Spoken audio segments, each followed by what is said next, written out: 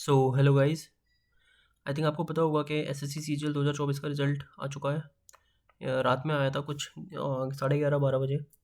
तो कैटेगरी में मैं आपको कैटेगरी वाइज कट ऑफ बताऊँगा, पोस्ट वाइज कट ऑफ बताऊँगा, लिस्ट लिस्ट दिखाऊँगा वेरियल कैंडिडेट्स की। और मैं आपको दोनों लिस्ट दिखाऊँगा, list one list two. List one JSO SI grade 2 वालों के लिए होती है, और लिस्ट टू जो होती है वो other than JSO SI grade 2 वालों के लिए होती है। आपको इंपॉर्टेंट अपडेट दूंगा आईटीआई और टीए की जो स्टेट पोस्ट प्रेफरेंस मांगी गई है उसका मैं आपको सैंपल दिखाऊंगा जो एसएससी ने रिलीज़ किया है अभी, जिसमें आपको स्टेट प्रेफरेंसेस भरनी पड़ेंगी, वो मैं आपको दिखाऊंगा। और मेरा किस पोस्ट पे सिलेक्शन हुआ है वो मैं आपको बताऊंगा, और रीज़न क्या है इतनी ज़्यादा हाई कट ऑफ जाने का, ये भी मैं आपको बताऊंगा। सबसे पहले तो ये नोटिफिकेशन है ऑफिशियल कि प्री एग्ज़ाम स्टेट को हुआ था, और टीयर 2 इंडियन डेट को हुआ था 18, 19, 20 और 31 को रीटाइपिंग हुई थी। और ये कैटेगरी वाइज कट ऑफ है, कैटेगरीज वाइज कट ऑफ है ये। एससी की है, एसटी की है, आप देख सकते हो। यूआर की 322.77 है, ये सारे हैं। और एक ये इंपॉर्टेंट बात है कि जो ऊपर जो यूआर के कैंडिडेट्स दिखाए हैं आपको, ये कितने हैं, ये जो 11,631 कैंडिडेट्स हैं, उसमें से एससी के कितने कैंडिडेट्स हैं, एसटी कितने हैं, ओबीसी कितने हैं, ईडब्ल्यूएस कितने हैं, और ये यहाँ तक कितने हैं, सारी चीज़ें हैं। सीपीडी कट ऑफ यूआर के लिए 27 है। कैटेगरीज वाइज आप देख सकते हो यहाँ से, ये डेस्ट परसेंटेज है, 5% है यूआर के लिए, बाकी कैटेगरीज के लिए सारा है, आप यहाँ से देख सकते हो।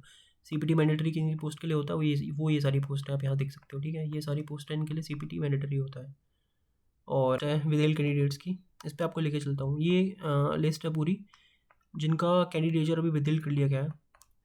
तो इसमें ये रहता है, कुछ इशू होता है कि वेरिफिकेशन का इशू हो गया, छोटे माइनर इशूज़ हो गए, जिसकी वजह से एसएससी को डाउट है इनके कैंडिडेचर पे, तो इसलिए इनका रिजल्ट जो है विदिल कर लिया जाता है। इनको फिर क्या कहते हैं, एसएससी पर्सनली कॉन्टेक्ट करेगा और फिर उन्हें बुलाएगा, जो भी डाउट्स होंगे, वेरिफिकेशन रिलेटेड हो गया, डॉक्यूमेंट्स रिलेटेड हो गया, कोई भी इशू आ रहा होगा तो उनको बुलाएगा। फिर अगर कंफर्म करता है तो इनको पोस्ट अलॉट हो जाएगी, अगर नहीं है तो फिर कैंडिडेचर क्या कहते हैं इनका रिजेक्ट हो जाएगा। एक ये है लिस्ट जो रिजेक्टेड कैंडिडेट्स की है, जो ये लिस्ट है, लिस्ट वन, जो एसआई ग्रेड 2 और जेएसओ और एसआई ग्रेड 2 की है। इस पर अब लिस्ट 2 है, all the post other than JSO and SI grade 2, ये लिस्ट 2 है। इसको मैं आपको और अच्छी तरह दिखाऊंगा, यहाँ पे ये है। तो एक ये है, एक ये है। तो सबसे पहले ये देखते हैं, उसके बाद मैं आपको दिखाऊंगा इसकी रैंक 1 किसकी आई है, रैंक 2 किसकी आई है। तो ये देखो, जैसे ये है यहाँ पे एएसओ सीएसएस की जो यूआर की कट ऑफ गई है वो 353 पॉइंट ये है। ईडब्ल्यूएस की ये है, ईडब्ल्यूएस की ये है, ओबीसी की ये है, ऐसे करके यहाँ सारी दे रखी हैं। और एएसओ आईबी की ये कट ऑफ गई है यूआर की, ठीक है। मिनिस्ट्री ऑफ रेलवेज की ईडब्ल्यूएस की कट ऑफ गई है, एमईए की 362 पॉइंट समथिंग गई है। तो ये सारी आप देख सकते हो यहाँ से, ऐसे ऑर्डर में, ये सारा आप ऐसे ऑर्डर में देख सकते हो, ये कट ऑफ्स हैं, ठीक है। कैट की ये है, पार्लियामेंट्री अफेयर्स की है, ये सारी चीज़ कट ऑफ्स हैं। और क्या बताऊँ मैं आपको, इनकम टैक्स की गई है 357 यूआर की, और प्रिवेंटिव ऑफिसर की 348 है, 0.06। एग्जामिनर की 349.84 है, और सेंट्रल एक्साइज की 348.3 है। ये सारी कट ऑफ्स हैं। और पी ए एस ए की देख लेते हैं एक बार, है ना। पी ए एस ए किधर है, सबसे जो उसकी लो कट ऑफ गई होगी 335.75 है पी एस ए की। आई थिंक इसी की सबसे कम कट ऑफ है। तो जो ये पोस्ट है D05, सबसे कम है 335.75, बाकी सारी ये कट ऑफ आप देख सकते हो। किसका रैंक 1 है, Shubham Agarwal, A S O M E है, ऑप्ट किया है इस भाई ने। आशीष तिवारी रैंक 2 है, इसमें भी ए एस ओ एम ई है। ए आई आर थर्ड ने इंस्पेक्टर्स एक्साइज किया, ए आई आर 4 इनकम टैक्स है, 5 ने एम ई है, 6 एम ई है, 7 income tax, 8 income tax, 9 income tax, 10 ने सी बी आई है, सी बी एन किया है सॉरी, सी बी एन है 10th। यहाँ पे आप अपना भी चेक कर सकते हो। हाँ, ये इसमें क्रेडिट देना चाहूँगा मैं रैंक आई क्यों, सॉरी बताना भूल गया, मैंने यहीं से ये वाली जो लिस्ट है वो यहाँ से डाउनलोड किया है और ये पेस्ट किया है। तो यहाँ पे मैं क्रेडिट देना चाहूँगा रैंक आई क्यू को पर्टिकुलरली, ये मैं उन्हीं की यूज़ कर रहा हूँ, उन्हीं की प्लेटफॉर्म की। पे आ जाते हैं। जैसे करंट अपडेट है जो आपको बता रहा था 13 मार्च का, यहाँ पे with reference to SSC result, candidates selected for the post of income tax inspector income tax in CBDT through CGL are directed to indicate exercise this preferences in order of priority for allotment of 18 regions. 18 जो states हैं regions हैं उनको allot करने के लिए आपको state preference डालनी पड़ेगी, ठीक है। और द प्रेफरेंस फॉर्म डली filed complete in all aspects may be sent urgently. Email के थ्रू ही आप देखो, ईमेल ओनली, ईमेल के थ्रू ही आप सेंड कर सकते हो इसको। यहाँ पे इस पे मेल करना है आपको, और 12 जो बजे है वो लास्ट डेट है, 17 मार्च इस डेट तक और इस टाइम तक आपको उससे पहले इनको ईमेल कर देना है, ठीक है। यहाँ पे इन्होंने देख भी रखा है कि अगर कैंडिडेट्स जो फेल हो जाते हैं और ये नहीं कर पाती ईमेल इस डेट और तारीख से पहले, उनका जो कैंडिडेचर है वो कैंसिल कर दिया जाएगा, फिर कोई भी रिक्वेस्ट नहीं मानेंगे वो, ठीक है। और एक ही बात है कि only 1 preference form is allowed, मतलब आप एक ही स्टेट प्रेफरेंस डाल सकते हो। अगर आपने एक बार मेल कर दिया ना इस पे उसके बाद चेंज नहीं होगा। The candidates are directed to submit only 1 preference form and no change in preferences would be allowed. एक ही डालना है आपको, ठीक है। तो जो फर्स्ट डालोगे ना आप उसी को कंसिडर करेंगे वो लोग, तो सोच समझ कर डालना, बहुत केयरफुली डालना है आपको इसमें, है ना। और यहाँ पे फिर ये भी बोल रहे हैं कि सब्जेक्ट में ना आप अपना नाम और रोल नंबर भी डाल देना। जैसे इन्होंने देखो यहाँ पे सब्जेक्ट ये डाल भी दिया है, ठीक है। तो यहाँ से ये चीज़ आप कॉपी कर लेना, ये पूरा कॉपी कर लेना, और ये जो ब्रैकेट है ना यहाँ पे अपना नाम लिख देना या रोल नंबर लिख देना, ठीक है। और ये पूरा है भाई साहब, to be furnished by the candidate selected for the post of inspector of income tax. ये आपको लास्ट डेट दे रखी है पूरा। तो आई थिंक ये शायद आप प्रिंट आउट निकाल सकते हो, इसका प्रिंट आउट लाके आपको खुद ही भरना पड़ेगा शायद। यहाँ पे कैंडिडेट अपना नाम है, रोल नंबर है, रैंक है, आधार नंबर है, खुद की फ़ोटो है। अच्छा यहाँ पे देखो उन्होंने क्या दे रखा है, ये रीज़न के नाम दे रखे हैं जो भी रीजन्स हैं, और ये जुरिडिक्शन दे रखा है, ठीक है। जैसे अहमदाबाद स्टेट ऑफ गुजरात में, बेंगलोर ये स्टेट ऑफ कर्नाटका, ये सारी चीज़। यहाँ पे आपको नंबर लिखना पड़ेगा। लेट्स से कि मैं दिल्ली फर्स्ट पे प्रेफर करता हूँ, दिल्ली फर्स्ट पे लिख दूँगा मैं। सेकंड पे क्या हो गया, चंडीगढ़ हो गया, तो यहाँ पे नंबर 2 लिख दूँगा। और फिर थर्ड हो गया जैसे जयपुर, तो जब यहाँ पे नंबर 3 लिख दूँगा। लखनऊ में नंबर 4 लिख दूँगा। ऐसे करके प्रेफरेंसेस भरनी है आपको 1 से लेकर 18 तक। जैसे यहाँ पे देखो देख भी, please indicate order of preferences by putting numbers 1 to 18 against the region with 1 being the most preferred choice. और ये 1 से 18 नंबर्स दे रखे हैं यहाँ पे, 1-2 करके ऐसे डालने हैं। मतलब ऐसे मत डाल देना 1 2 3, अपने लाइक जो भी आपको रीज़न चाहिए या जो भी चाहिए उसके अकॉर्डिंग आपको डालना है, ठीक है।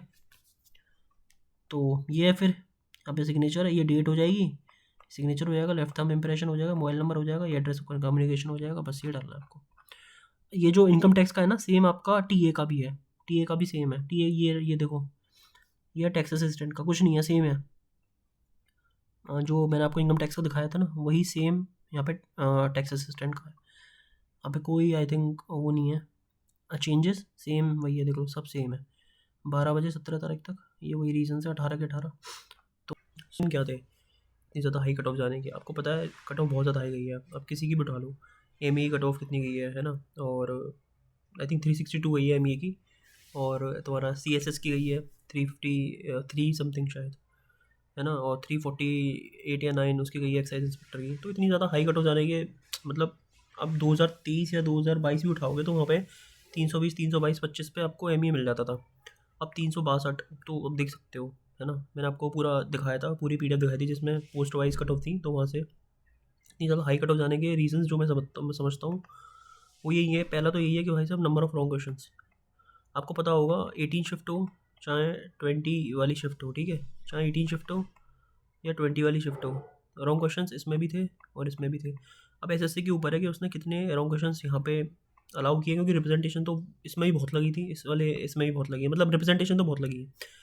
अब ये नहीं समझ आ रहा कि एसएससी ने कितने अलाउ करें। 18 शिफ्ट वाले में तो पर्सनली मुझे पता है 2-3 क्वेश्चंस हैं जो गलत हैं, लाइक 2-3 नहीं तो 3-4 क्वेश्चंस मान लो, क्योंकि जो हिंदी मीडियम वाले स्टूडेंट्स हैं उनके में लैंग्वेज में आई थिंक 2 से 3 क्वेश्चन तो लैंग्वेज वाले गलत थे, जो हिंदी मीडियम स्टूडेंट है, और एक क्वेश्चन वो टाइम एंड वर्क वाला था। तो ऐसे करके 3-4 क्वेश्चन हो जाते हैं, और पता नहीं फिर कौन से रॉन्ग क्वेश्चन और एसएससी ने या फिर सबको इक्वल मार्क्स दे दिए हो या कुछ किया हो।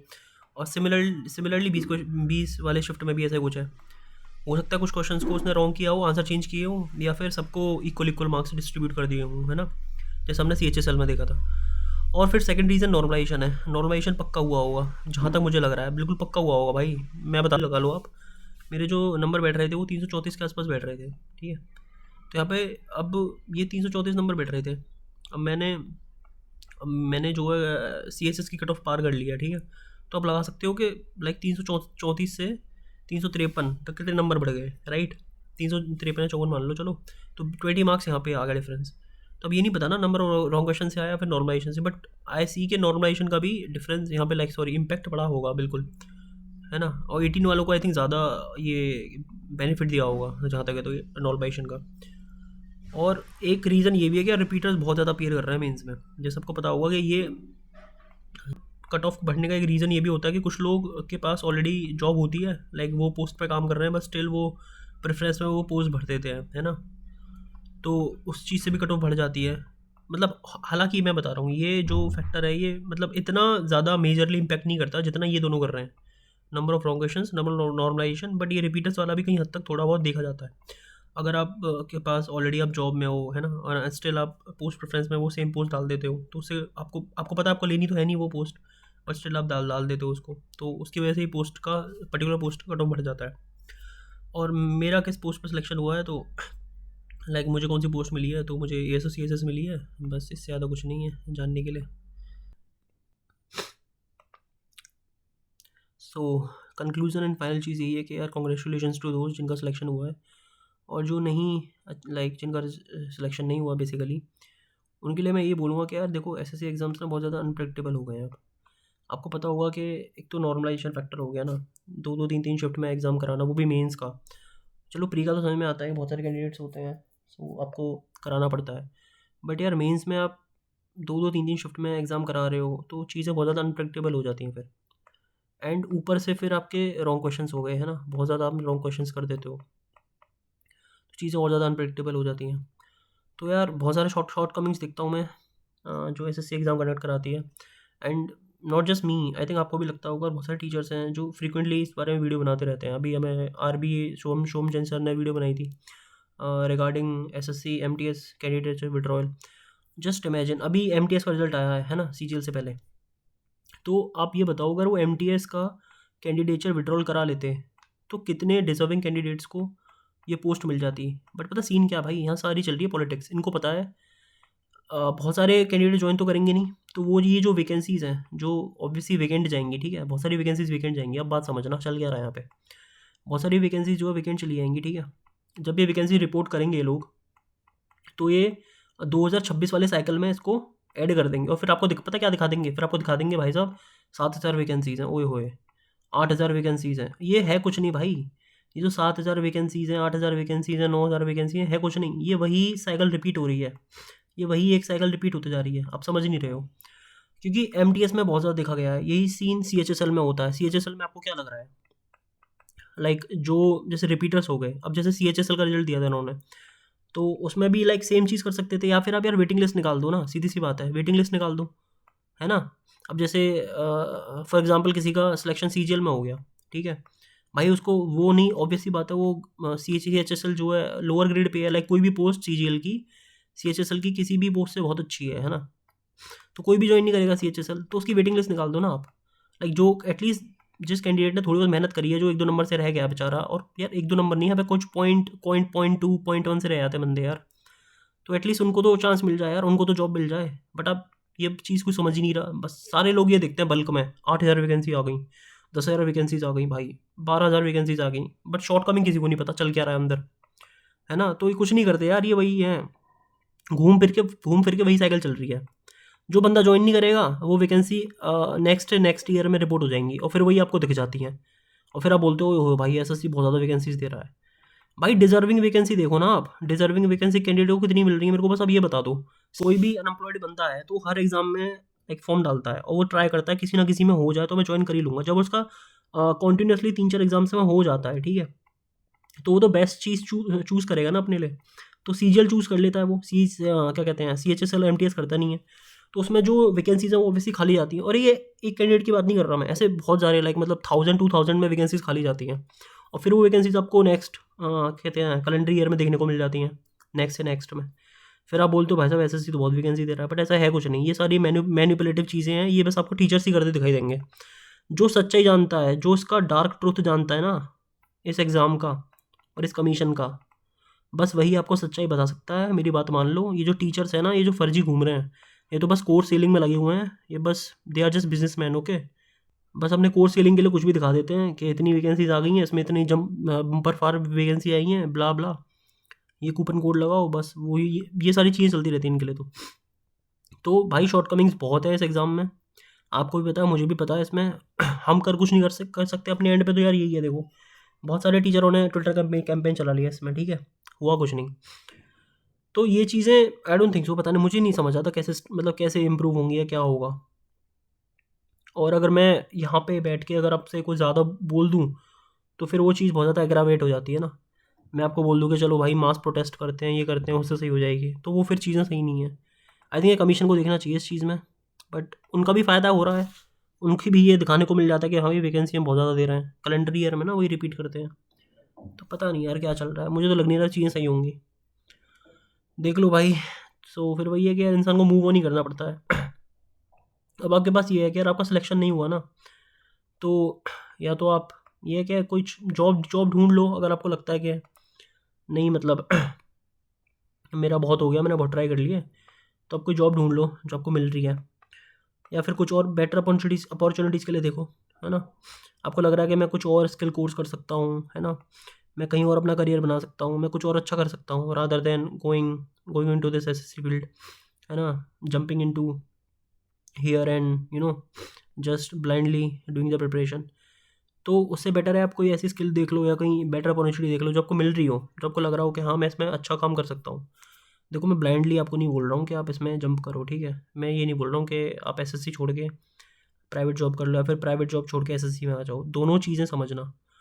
अगर आपको ये लग रहा है कि आपसे नहीं हो रहा एंड वो आपकी इंटरनल चीज़ है ना, वो आपको इंटरनल बिलीव बता देगा, देखो यार ये टीचर्स के बहकावे में कभी मत आना, बिलीव मी, कभी मत आना इनके लोगों के बहकावे में, ठीक है। प्लीज़ आप किसी उस इंसान से बात करो जो एक्चुअली में लाइक जो आपकी एज का हो, ठीक है, जिसने सिलेक्शन लिया हो।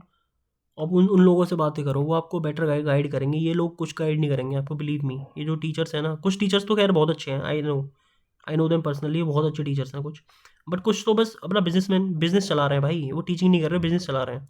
तो वो तो आपको बोलेंगे कि भाई कर ले, एक चांस और, एक साल और कर ले, अब यही है, लास्ट यही है, ठीक है, 10 घंटे पढ़, 12 घंटे पढ़। ये सब बकवास है यार, कुछ नहीं है, बकवास है यार। मुझे एक बात बताओ, कॉम्पिटिटिव एग्जाम का मतलब ही क्या है, ठीक है, लाइक 1% से भी कम का सिलेक्शन है, ठीक है, फॉर्म 100% लोग भर रहे हैं, 1% से कम का ही सिलेक्शन है, तो कॉम्पिटिटिव एग्जाम का मतलब ही रिजेक्शन है यार। अब देखो ना, फाइनल सिलेक्शन भी क्या कहते हैं less than 1% का हो रहा है, तो कॉम्पिटिटिव एग्जाम के नाम में ही रिजेक्शन है यार। आप ये नहीं देख रहे हो, आप फालतू में इन लोगों के बहकावे में आते हो कि ये कर लो, इस बार हो जाएगा, वो हो जाएगा। ठीक है यार, मतलब मैं मानता हूँ, ठीक है हो जाएगा, बिल्कुल बिल्कुल हो सकता है, ठीक है, बहुत सारे केसेस हैं, बट व्हाट इफ नहीं हुआ तो, एक साल और वेस्ट जाएगी, ये बताओ ना, व्हाट इफ नहीं हुआ तो। और ये आप ये देख नहीं रहे हो क्या, 100% लोग फिल कर रहे हैं यार, 1% से कम का सिलेक्शन हो रहा है यहाँ पे, और इस 1% से कम में भी बहुत सारे रिपीटर्स बैठे हैं यार, आपको क्या कहते हैं टक्कर देने के लिए, बहुत रिपीटर्स बैठे हैं, बिलीव मी। और आपको पता है, आपको मैं हार्श रियलिटी बताऊँ, मैं भी यहाँ पे वीडियो बना रहा हूँ, हो सकता है मैं भी 2025 का फॉर्म भर दूँ, बिलीव मी, हो सकता है मैं भी भर दूँ। तो ये होता है यार यहाँ पे। तो टीचर्स की कमियाँ सुनो, अपने दिल की सुनो, आपका दिल क्या बोलता है, आपकी डिमांड क्या है, फैमिली की डिमांड क्या है, चीज़ें आपसे क्या मांग रही हैं, ठीक है, ये चीज़ें आपको डिसाइड करना पड़ेगा। अगर हाँ आपने ये डिसाइड कर लिया कि भाई मेरे को एक और चांस देना है, या अभी तो मेरी बिगनिंग थी, या फिर मैंने बहुत सारे चांसेस दे दिए, अब मुझे नहीं करना, तो कुछ और देखो। आपको ये है कि हाँ मैं एक और चांस देना चाहता हूँ, या फिर जो भी आपकी लाइक मर्ज़ी हो कि हाँ भाई एक और चांस देते हैं, तो आप भाई फिर तो प्रिपेयर करो, फिर तो आप कंप्लेन नहीं कर सकते ना, फिर तो आप बस प्रिपेयर ही कर सकते हो, टाइम दे सकते हो खुद को। और लास्ट चीज़ ये है कि यार इन जो एग्ज़ाम होता है, it is just a part of life, believe me. Exam बस एक ज़िंदगी का हिस्सा है यार, ये ज़िंदगी नहीं है। Just don't make it your life itself. ये फालतू के मोटिवेशन लोग देते हैं, टीचर्स देते हैं, ये हो जाएगा, वो हो जाएगा, ठीक है यार, फैमिली सुधर जाती है, फाइनेंशियल कंडीशन अच्छी हो जाती हैं, आप इकोनॉमिकली इंडिपेंडेंट हो जाते हो, वो सारी चीज़ें सही हैं, बट एक एग्ज़ाम है ही हिस्सा यार आपकी ज़िंदगी का, पैसे कमाना है ना, जॉब लेना, ये सब हिस्सा है ज़िंदगी का, ये ज़िंदगी थोड़ी है यार। नहीं हुआ कोई दिक्कत नहीं है, कुछ और कर लो यार। आई नो है काफ़ी डिफ़िकल्ट है प्राइवेट जॉब्स ढूँढना भी, है ना? लोग इसलिए गवर्नमेंट की तरफ ज़्यादा भागते हैं। बट अगर आपके पास अच्छी स्किल्स हैं, आपको लग रहा है कि मैं और कहीं बेट किसी और फील्ड में अच्छा कर सकता हूँ, तो आप वहाँ श्योरली जाओ।